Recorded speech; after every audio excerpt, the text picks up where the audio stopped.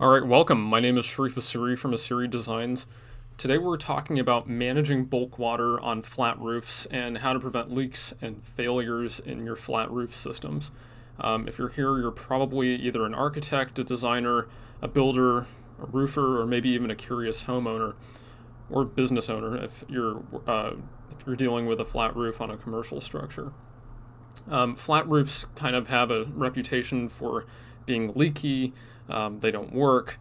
No one will insure flat roofs. They're known for having problems. And when I first designed my first flat roof, these were a lot of big questions that I had. How do we make sure that the roof is not going to fail? It's not going to leak. I mean, these are some very important things that we all need to be thinking about, and we can't just have an ad hoc approach to designing flat roofs. So the goal of this presentation is to make sure that you have a well-functioning, high-performance flat roof that isn't going to leak on you, and you won't get a call back. So if you didn't know already, flat roofs are not actually flat. If they are flat, you're going to run into some problems. You need to make sure that they have a negative pitch, and that can be accomplished either by sloping the structure or by sloping the insulation. Sloping the structure is a little bit harder to do because then you have to account for the slight, pitch to all the walls, to the windows if you have any. If they're floor-to-ceiling windows, they might look a little strange if they aren't angled at the top. When we slope the insulation, we're actually taking rigid foam insulation boards and we're sloping the boards while making sure that the structure, remains flat. That's a major concern for a lot of architects. So we need a minimum slope of 1/4 inch to 12 inches. So for every 12 inches in horizontal length, you're going to be going up 1/4 of an inch at minimum. There are codes that say you can get away with 1/8 of an inch. I don't recommend it. I think that's way too small of a pitch. Even on larger roofs, I think you need at least that 1/4 inch to make sure that you're reliably shedding water. 1/2 inch is even better if you can get away with it. So the goal of any roof is to drain it as efficiently as possible. This is what not to do. This is why flat roofs will never get insured. We do stupid things like this. On the left here, we have a green roof, and as pretty as they look, they're a horrible idea. You never want to store water on your roof, especially a flat roof. And that's a strategy that I know is used a lot, especially in the sustainability sector. As far as sustainable design, you get lead points for having a green roof. Store the water somewhere else. Store somewhere else on site. Do not store water on your roof. That is the worst thing that you can do, and especially on a flat roof, that you're just asking for trouble. And additionally, in this design, they don't even have a drip edge. It's just going to cascade down onto the siding and onto the wall. There's no overhang. It's probably that roof is going to fail within a few years. I can guarantee it. This next photo in the center, this is a flat roof with some ponding issues and a skylight. It's ponding around the skylight, and you can guarantee that is going to leak. Don't do things like this. You want to slope water away from the skylights if you do have skylights. Again, they're not a great idea, but slope water away from the roof, not towards the roof, and not towards skylights. This image on the right here, horrible idea. Why on earth would you slope the roof to the structure? You want to slope it away, and again, these guys are going to have big problems. This looks like a remodel here, and they're going to have problems down the line. Don't do things like this. So we can get water off the roof using crickets. Crickets are used to direct water to drains and scuppers. If you can see in this photo on the right here, we have crickets that are built into the rigid insulation layout, the tapered insulation, and that's sloping any kind of water to a central drain. The problem with crickets is there are, of course, going to be weak points, and if the membrane doesn't lap correctly, all the water is being funneled towards that one area, or those specific areas, and you could get a leak. So you want to avoid complex layouts, and you want to make sure that your roofer understands exactly how the laps kind of go together as far as how the membrane gets attached. Cant strips. These are basically triangular pieces that direct water away from parapet walls, and they provide a less abrupt transition between the vertical and horizontal surface when you're installing the flat roof membrane, and it will prevent the expansion and contraction of the membrane from potentially tearing at the corner. That has happened on quite a few flat roofs, especially in areas that receive both hot and cold temperatures throughout the year. And they can be made out of wood, foam, wood fiber, Paralite. All of these are available. Wood is going to be probably the cheapest option out of all of them, but it allows for less flexibility in that membrane, whereas foam might have more resistance to the thermal stresses that can be applied on the membrane. Coping strips basically protect the membrane over parapet walls and at roof terminations. They need to be sloped inwards so that you don't get any kind of staining of the facade, as this can happen pretty easily. You always want to ensure that you have a drip edge on your coping strips, and you need to make sure that there's always a membrane or some flashing underneath. You don't want any kind of water that gets underneath to drip down the wall and start rotting it away. That can happen, and it happens actually way too often with these types of installations. So always have a membrane underneath, because water will leak at the seams no matter what. It's just going to happen. So there's 3 ways to get water off the roof. That is scuppers, gutters, and drains. You might be familiar with one of those. Scuppers are basically metal channels that funnel water off the roof. They can be purchased pre-built or fabricated on-site by your roofer. They can be directed to downspouts or to dedicated collection areas like rain gardens. The size is dependent on the drainable area and the rainfall intensity, as well as the slope of that flat roof and any kind of ponding potential there. If you see in this photo on the right here, the box that is around the scupper kind of prevents any water from spilling off of the scupper and beyond the downspout. Now, in cold climates, they do need to be heated to prevent any kind of ice dams from occurring. And scuppers should not be installed over windows or door openings. If for some reason that scupper leaked or failed, you're just going to get water cascading down that window, and that window is going to leak.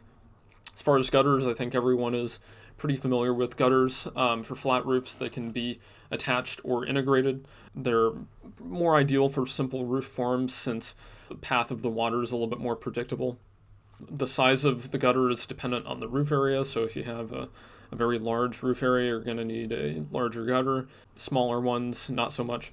The gutters do need to be heated as well in cold climates to ensure that you're not going to get any ice damming, and especially in super cold climates with a lot of snow, they're just going to tear off, and that's why an integrated gutter might be a better option here. I have heard some criticisms of integrated gutters or box gutters, and they're valid concerns. You don't want them to leak because then they're kind of trapped there. I wouldn't install them on a flat roof that had no overhangs. If they're installed on a flat roof with an overhang, then you have a little bit more forgiveness there, since the water is not going to be dripping down into the interior if they do leak. I like to line them with the membrane to make sure that, if they do happen to leak, they're just going to leak onto the metal channel and not to whatever is below. Drains are the final way that we can get water off of a flat roof. They're more at risk for ponding, but they are more ideal for larger roof areas like on commercial structures, though we do use them in residential quite a bit. Now, you do need to make sure that you have overflow drains or overflow scuppers to make sure that if the drain gets clogged by leaves or debris, that you're able to, evacuate all that water, relatively quickly, so that you don't have a swimming pool on top of your roof, and that otherwise, hydrostatic pressure will push water into the interior, and it'll find any kind of imperfection in that flat roof membrane and drive water inside. So overflow drains or scuppers, always have them. The distance between the overflow scupper and the drain should be no more than 2 inches in vertical height. So if you have a roof pitch that is, a 1/4 inch to a foot, then you need to make sure that your scupper is no more than 8 feet away from the drain. They do need to be heated in cold climates, otherwise they'll ice up and clog the roof. And it is a good idea to compartmentalize large or complex roofs with roof drains. Even if 1 or 2 roof drains could satisfy the requirements to drain the roof, sometimes it makes more sense to install more than what is required, just to make sure that we're not getting any water that's backing up or potentially ponding in certain areas. So use prudence. So roof membranes, very important. These are the main separator between, the exterior and the interior of the home. They need to be completely continuous and monolithic, which means I don't want to see any seams in that flat roof membrane, because that would be a potential weakness. And the thicker, the better. Minimum 60 mils. Get them as thick as you can get, because then they will last much longer. And there's a direct correlation between thicker membranes and leaks, and that's assuming that the membrane is installed properly. Thicker membranes will always last longer. They have more durability. They're more resistant to UV exposure, all that stuff. Hail. When we're talking about continuous and monolithic flat roof membranes, they need to be either fully adhered, cold applied, hot applied, heat welded, or fluid applied. We want to avoid mechanically fastened flat roof membranes, which just means that the roof membrane isn't glued down, it's just fastened to the roof deck, and maybe there's a little bit of sealant at the seams, but otherwise, it's basically flapping in the wind if there's a big gust of wind, and they really can't shed water, especially if it ponds too well. I can guarantee if you install a mechanically fastened membrane, it will leak in a pretty short time. So membranes need to be installed over a substrate or a coverboard to prevent membrane blistering. It'll transfer the thermal stresses to the structural deck rather than onto a parapet if you're lapping your membrane onto the parapet. There have been horrible failures in parapets where there wasn't as a coverboard or a substrate underneath the membrane, and so all the thermal stresses were transferred to the parapet, and the parapet peels back and fails in terms of its structural integrity. The coverboard also protects the insulation from any kind of deformities. If you're dragging heavy equipment across the flat roof and you only have foam underneath, there is potential for that foam to cave in certain areas, even if it is a relatively high PSI, and that can cause ponding in small quantities, and if there is a penetration in that membrane, water is going to get in. And finally, the coverboard provides a uniform surface for the membrane to be attached to, just so that there's less risk for the membrane to peel off after it's been adhered down onto the substrate. The first membrane we'll talk about is EPDM, or ethylene propylene diene monomer. It's a synthetic rubber. It's available in large rolls. You can get it fully adhered, mechanically fastened, but always, make sure it's fully adhered. Comes in a range of sizes and thicknesses, and it's used all across the building industry, but for flat roofs, you're obviously going to want at least 60 mils in thickness. 90 mils is even better. It's a little bit more expensive, but it's absolutely worth it. It has a 40 to 50 year service life if it's well maintained and well installed, which is fantastic. It's been around for decades, so it's well understood, and a lot of roofers do have experience with it. Although some markets do have trouble sourcing it, like in Portland, Oregon, for some reason, that's just not widely used. They prefer TPO, but in most parts of the country and around the world, you should be able to get EPDM. The problem with EPDM is it absorbs a lot of heat because it is a black membrane, and that can cause some degradation in hot climates and climates that receive a lot of sun and UV exposure, even if they're not too hot. So be careful with that. EPDM is not really resistant to oils or other hydrocarbons, so probably don't use this if you're in an industrial area or if you're building a structure that is next to an airport. TPO is the next most common flat roof membrane. This is thermoplastic polyolefin. It's fully adhered or mechanically fastened, and the seams are heat welded, so you get a very, very tight seal against water and air.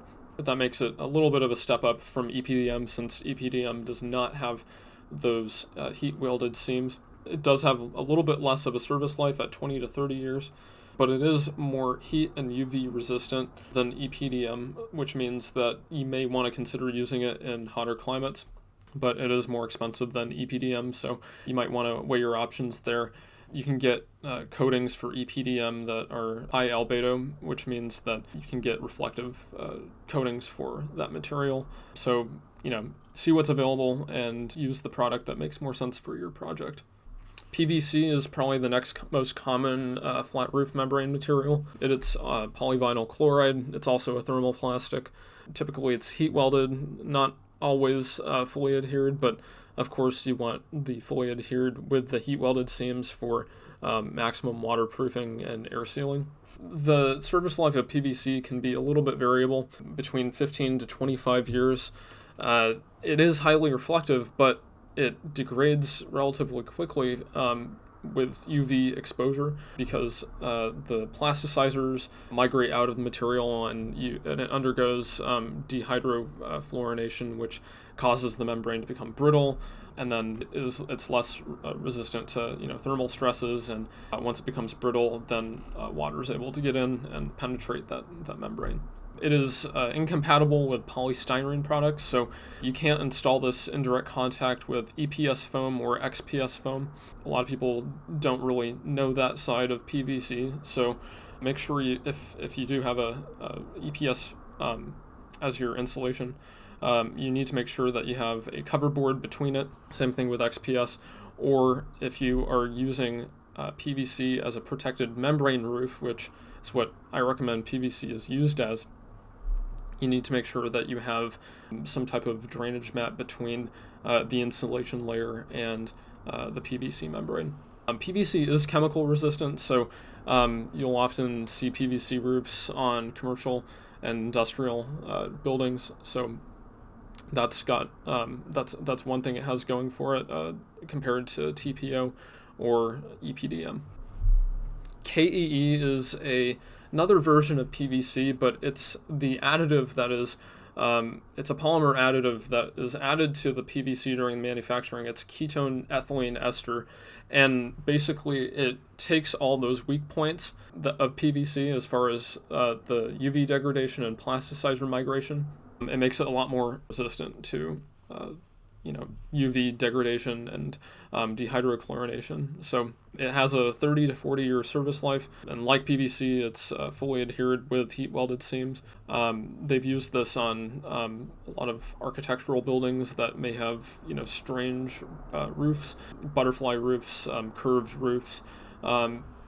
They do have smaller roll widths, which means that it's going to be a little bit more labor intensive, and the material itself is more expensive. So it's more expensive, but it will last longer. You can get warranties for KEE roofs up to 30 years, I believe, if you get the 90 mil thickness, and which is almost unheard of as far as flat roof membranes. So it's a very, very good product. It's expensive, but it is worth it.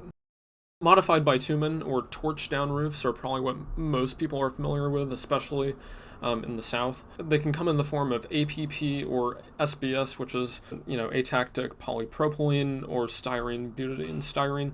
A lot of modified bitumen roofs in the past were APP roofs, but after SBS was developed, SBS is kind of the preferred type of modified bitumen roof now. APP is limited to just a torch down application, while the SBS can be torch down, hot applied, cold applied, fully adhered. So very, very versatile as far as SBS.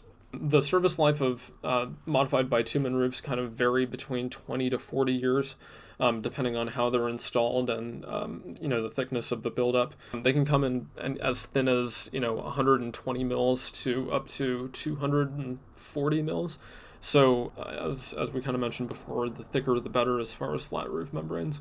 The SBS membrane is very versatile and can be used in cold climates as well as hot climates, but it was first used in cold climates. So they're, it's a very, very good product for cold climates. If you do go with a torch down or hot applied a modified bitumen membrane, you need to make sure that your coverboard is heat and fire resistant. So that means there needs to be either a gypsum or cement board underneath that. So they do last longer, but modified bitumen roofs are more expensive than the single ply membranes that we were talking about initially. Fluid applied membranes are the next sort of category that we have here. So typically, this is going to come in the form of PMMA or polymethyl methylcrylate, polyurethanes or silicones. They're largely proprietary as far as what goes into the mixture, but usually it's going to be one of those three. PMMA and polyurethanes they can be used for both new roofs and retrofits, while silicones are typically used to seal old roof membranes. The real benefit of fluid applied membranes are they conform to irregular geometry. So if you have a really strange flat roof layout or insulation layout on your flat roof, that is going to conform to every little nook and cranny, and it will seal any penetration in that flat roof up pretty nicely.